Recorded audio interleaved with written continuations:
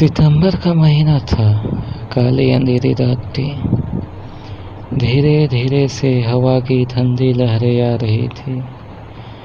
आकाश में बिजली चमक रही थी। महेंद्र चाचा अपने घर से दूर खेतों में खाट में सोए हुए थे। उनका खेत गांव के तालाब के पास था।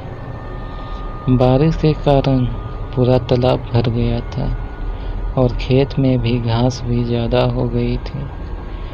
उसके कारण अंधेरे में यह सब ज़्यादा डरावना लग रहा था।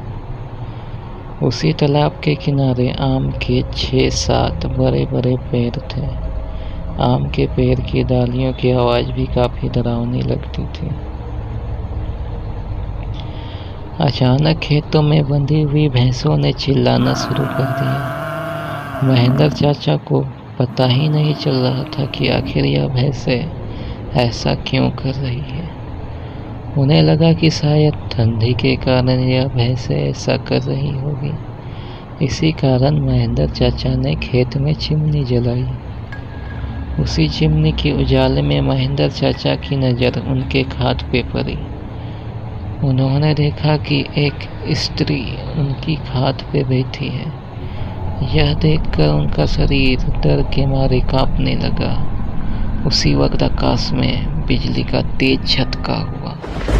वैसे तो महेंद्र चाचा बहुत बहादुर थे, लेकिन आज उन्हें भी थोड़ा डर लग रहा था। उसी वक्त चाचा ने आग में सूखी घास डाली और आग को ज़्यादा बढ़ाया, जिसकी वजह से वो औरत ठीक से दिखाई दे रही थी। महेंद्र चाचा ने आवाज़ लगाई, कौन है?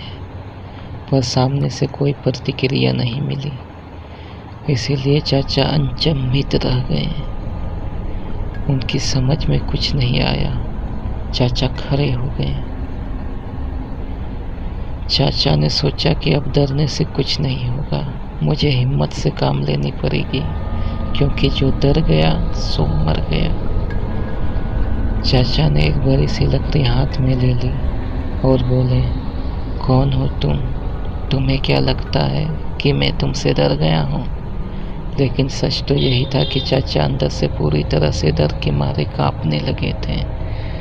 चाचा का यह गुस्से वाला रूप देखकर वो स्त्री खड़ी हो गई और जोर से बोली, क्या तुम मुझसे नहीं डरते?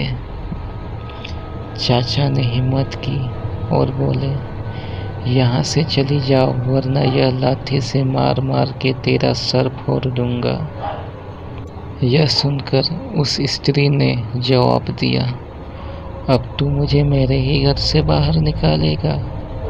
यहाँ तो मेरा बचपन गुजरा है। यह मेरा ही घर है। मैं यहाँ सालों से रह रही हूँ। यह सुनकर चाचा का डर और गुस्सा दोनों ही शांत हो गया। उन्हें लग रहा था कि उसके सामने जो औरत खड़ी है वो उसे जानते हैं।